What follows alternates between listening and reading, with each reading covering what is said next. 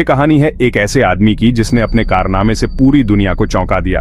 ये कहानी है डीबी कूपर की, एक ऐसा नाम जो आज भी रहस्य और रोमांच का पर्याय है।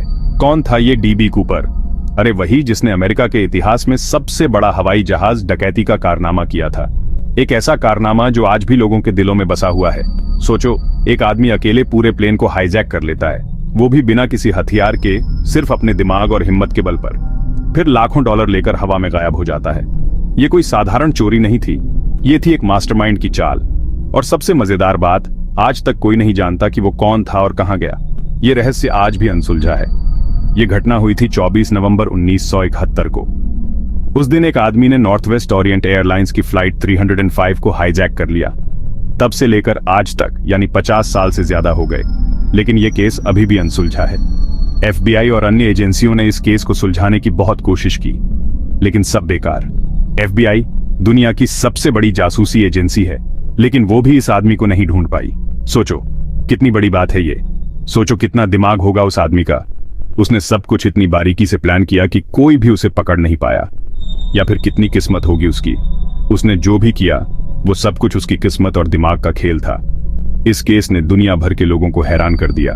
हर कोई जानना चाहता था कि आखिर कौन था ये डीबी कूपर। कई किताबें लिखी गईं, फिल्में बनी, टीवी शो बने। हर किसी ने अपनी अपनी थ्योरी दी, लेकिन सच आज भी छुपा हुआ है। हर कोई जानना चाहता था कि आखिर कौन था ये डीबी कूपर। क्या वो कोई साधारण आदमी था या फिर कोई प्रोफेशनल क्रिमिनल? कैसे उसने इतना बड़ा काम कर दिया और फिर ऐसे गायब हो गया जैसे धुआं हवा में मिल जाता है? ये सवाल आज भी लोगों के मन में है। आज भी लोग उसके बारे में बातें करते हैं, थ्योरी बनाते हैं। कुछ लोग मानते हैं कि वो आज भी जिंदा है और कहीं छुपा हुआ है। तो चलिए आज हम आपको बताते हैं इस रहस्यमयी इंसान की पूरी कहानी। कैसे उसने प्लेन हाईजैक किया, क्या क्या मांगा और फिर कैसे गायब हो गया। तो तैयार हो जाइए, क्योंकि अब शुरू होती है डीबी कूपर की रहस्यमयी दास्तान। 24 नवंबर 1971 का दिन था। यह दिन इतिहास के पन्नों में हमेशा के लिए दर्ज हो गया। अमेरिका में थैंक्सगिविंग की छुट्टियां शुरू होने वाली थीं। हर कोई अपने परिवार के साथ समय बिताने के लिए उत्साहित था। लोग अपने घरों को जा रहे थे, सब खुश थे। हंसते मुस्कुराते चेहरे, बच्चों की खिलखिलाहट और चारों ओर उत्सव का माहौल था।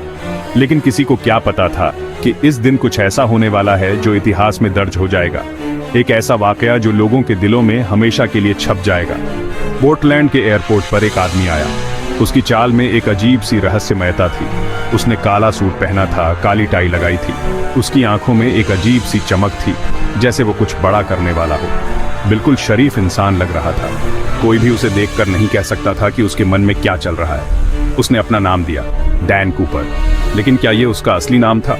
शायद नहीं। ये Dan Cooper Northwest Orient airlines की फ्लाइट 305 में चढ़ गया। उसकी हरकतें बिल्कुल सामान्य थीं। ये फ्लाइट पोर्टलैंड से सिएटल जा रही थी। एक साधारण सी घरेलू उड़ान, सिर्फ 30 मिनट की उड़ान थी। किसी ने सोचा भी नहीं था कि इतने कम समय में कुछ ऐसा हो सकता है। प्लेन में 36 यात्री थे और 6 क्रू मेंबर।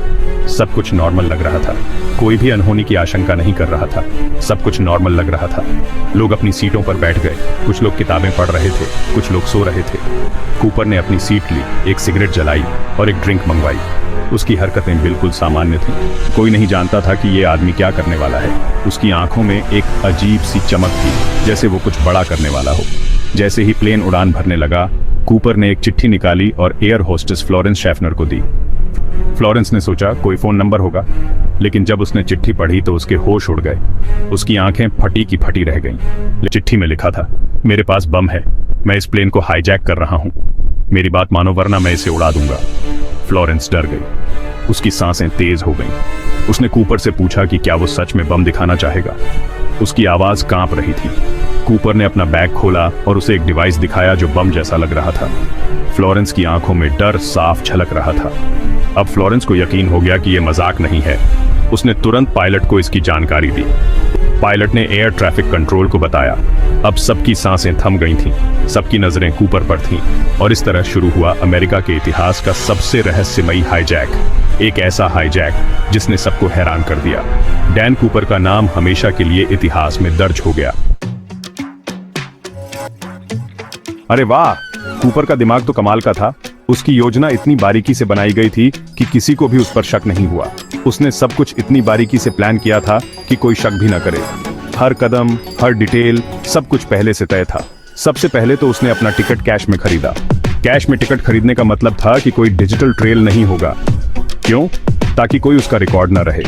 उसने अपनी पहचान छुपाने के लिए हर संभव प्रयास किया। फिर उसने अपना नाम डैन कूपर दिया। ये नाम उसने जानबूझकर चुना था ताकि उसकी असली पहचान छुपी रहे। बाद में पता चला कि ये नाम फर्जी था। असल में ये नाम किसी भी रिकॉर्ड में नहीं था। FBI ने इसे DB कूपर नाम दे दिया। ये नाम मीडिया में भी बहुत प्रसिद्ध हो गया।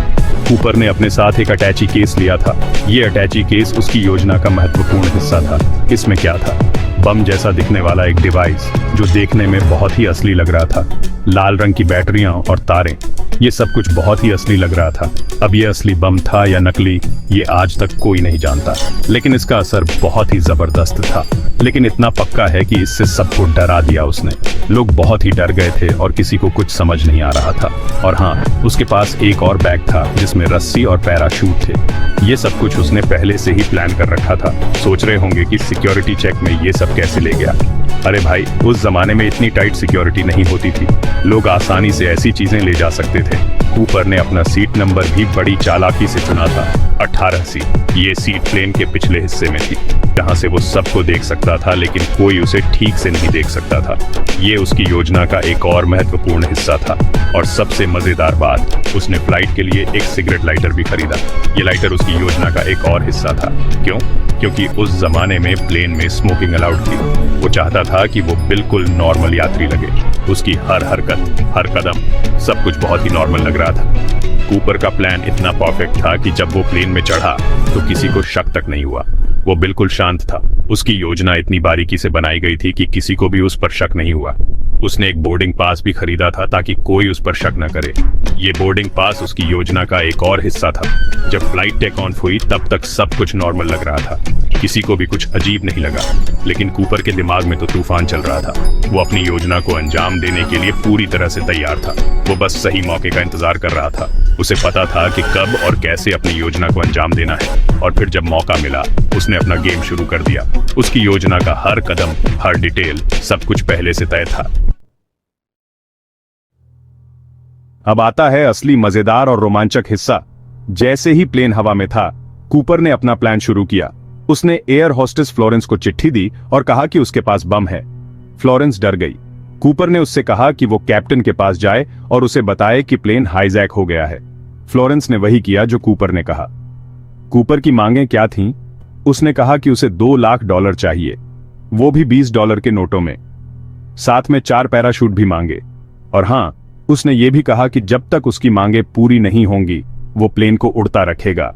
कैप्टन ने तुरंत एयर ट्रैफिक कंट्रोल को इसकी जानकारी दी। फिर क्या था? पूरे अमेरिका में हलचल मच गई। अब सोचो, प्लेन में 36 यात्री थे। उन्हें कुछ पता नहीं था कि क्या हो रहा है। कूपर ने फ्लोरेंस से कहा कि वो सबको बताए कि प्लेन में कुछ मैकेनिकल प्रॉब्लम है, इसलिए देरी हो रही है। वाह, कितना स्मार्ट और चालाक था ये आदमी। उसने किसी को पैनिक नहीं होने दिया। वो बस शांति से अपनी सीट पर बैठा रहा, सिगरेट पीता रहा और बोरबन पीता रहा। कूपर ने एक और चालाकी की। उसने कहा कि अगर कोई उसे पकड़ने की कोशिश करेगा तो वो बम फोड़ देगा। इसलिए जब प्लेन सिएटल पहुंचा तो वहां कोई पुलिस या FBI एजेंट नहीं था।